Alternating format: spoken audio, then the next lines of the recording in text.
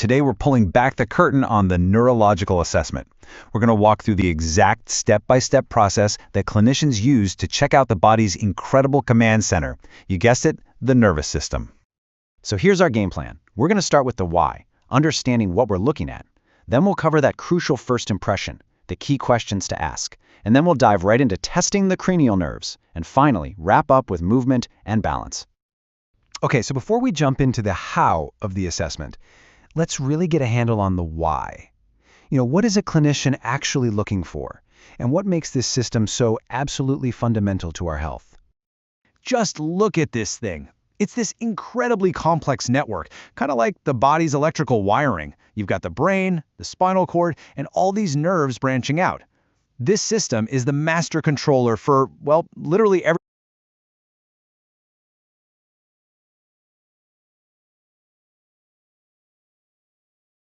you think, feel, and do. And when I say everything, I mean it. Think about it for a second. This system is what lets you walk, feel the difference between hot and cold, organize your thoughts, form words, and pull up your favorite memories. It controls so much that if something goes wrong, it can show up in a million different ways. That's exactly why a really thorough assessment is so important. So where does it all begin? Well, the assessment actually starts the very second a clinician lays eyes on the patient. This is what we call the general survey, and it's all about spotting any immediate, obvious signs that something's off. You're basically scanning for clues right away. For a potential stroke, for instance, you might use the mnemonic FAST. That stands for F facial drooping, arm weakness, and speech difficulty, and the T means it's time to get help fast.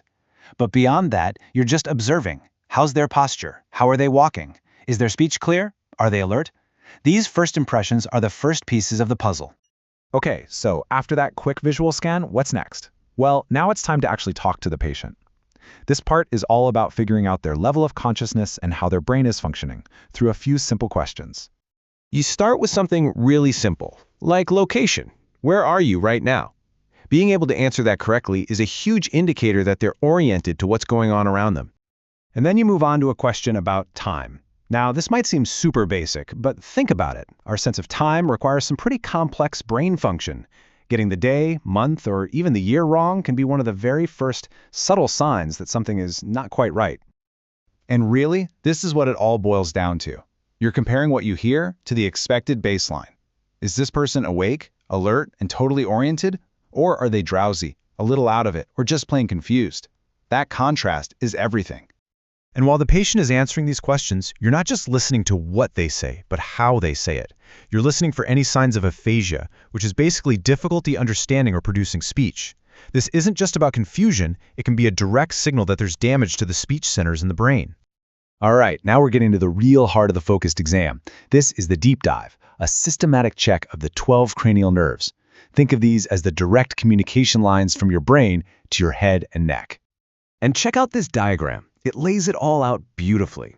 See how these 12 pairs of nerves pop right out of the brain itself? They don't even travel down the spinal cord. They're the direct hookups for things like sight, smell, hearing, and facial movement. That's why testing them gives us such a direct window into what the brain is doing. And here's a little cheat sheet of some of the key players we're about to test. You've got everything from smell and vision all the way to tongue movement. Every single nerve has a very specific and, importantly, a very testable job. Get this. It takes 3 different cranial nerves all working together just to control your eye movement. And clinicians can test them all at once. First, they check the pupils for something called PERLA. That's just a mnemonic for pupils are equal, round, and reactive to light and accommodation. Then, they have the patient follow an object through a very specific pattern to make sure all those tiny eye muscles are working correctly. And would you look at that? These 2 simple images basically represent that entire eye assessment.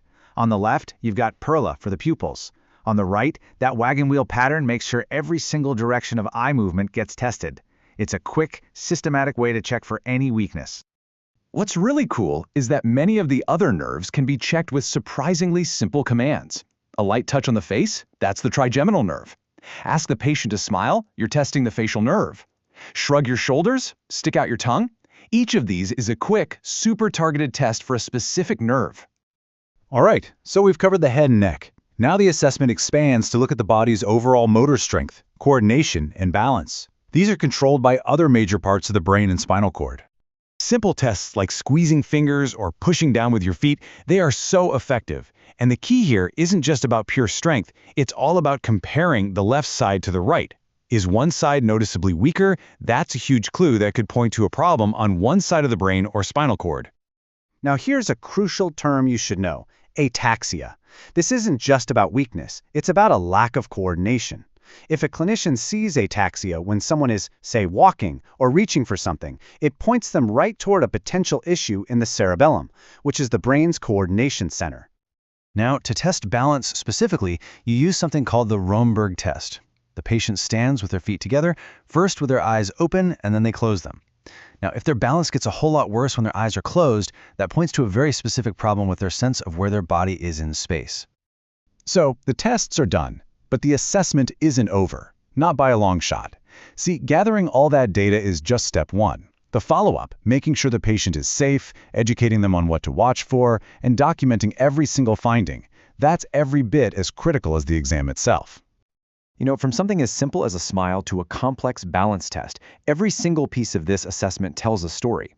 So is there just one test that reveals everything? No way.